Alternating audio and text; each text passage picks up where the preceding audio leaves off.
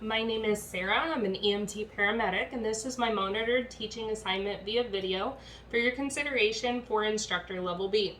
The intended audience for this is paramedic students, and the topic is reoxygenation injury.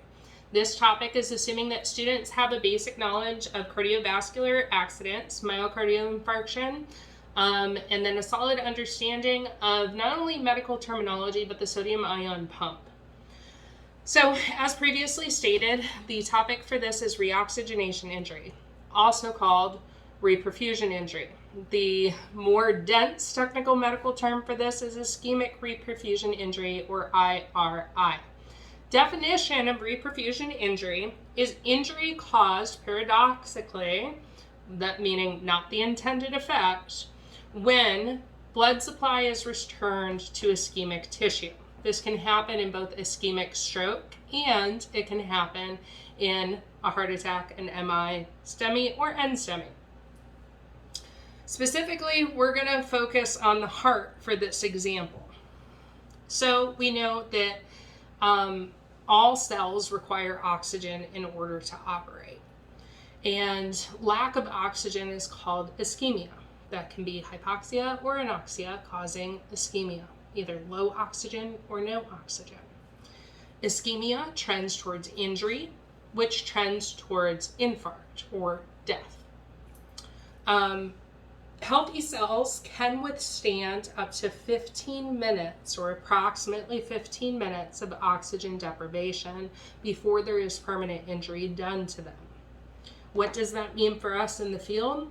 That starts to set our time windows as paramedics, and it places an emphasis on that clock.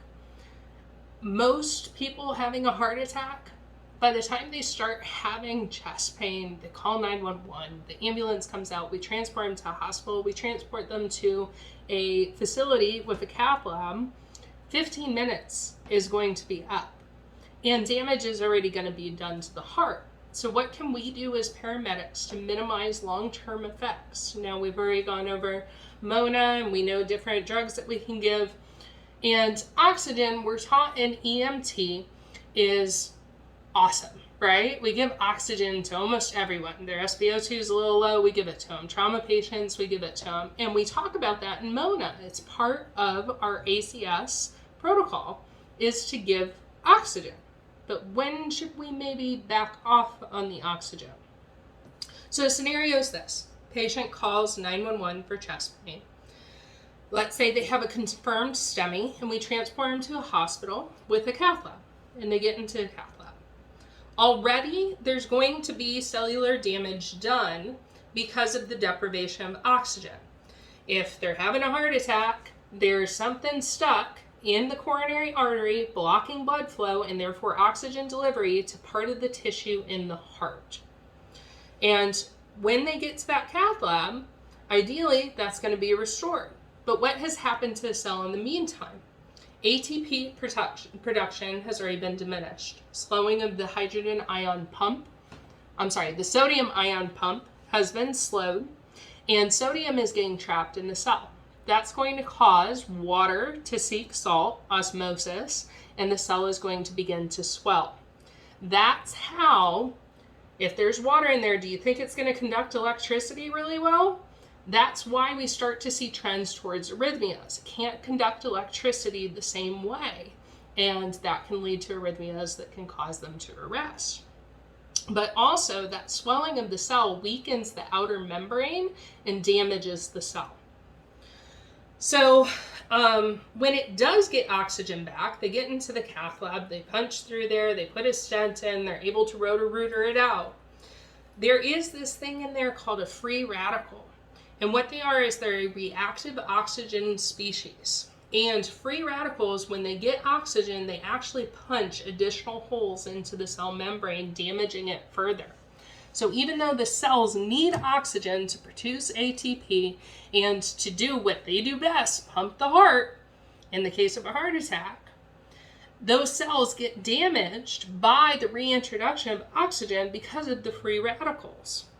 Additionally, the inflammation from the water calls in more white blood cells to a damaged area and they start to attack and release free radicals as well. So when we're talking about the ideal patient that got into a cath lab and everything, 50% of the damage to the heart is done from the heart attack itself, but 50% of the damage is done from reoxygenation and those free radicals attacking. So how does this affect us as paramedics in the field? Well, one, we know the time frame is important. The sooner we can get them to a facility that can get reoxygenation and restore blood supply and blood flow to the affected tissue, the better. However, how we administer oxygen is important. There's a reason that we have a normal range on SpO2. We look at 94 to 100%. But 100% can mean higher than 100%. SpO2 is calculated based on oxygenated hemoglobin over the total hemoglobin. Hemoglobin has the ability to hold on to 4 oxygen molecules. But the way SpO2 reads, if it has 1 molecule, that's considered oxygenated. And SpO2 also does not account for dissolved oxygen in the blood. So if we over-oxygenate, if we hyper-oxygenate that patient, when blood flow is restored to that tissue, we may be introducing more oxygen to the system than necessary, causing more cellular damage from those free radicals that thrive off the oxygen. So we have to be smart and aware as paramedics in the field so that we can minimize the total damage done to that tissue in a patient who's having an ischemic event. Ta-da! That's it. Thank you very much for this opportunity. I hope you enjoyed that. That's a topic that I'm very passionate about. Reoxygenation injury, it's something that I find myself talking about a lot as a training officer. Hopefully that was thorough enough. Again, thank you for this opportunity. Have a good day, night, morning, whatever it is, wherever you are.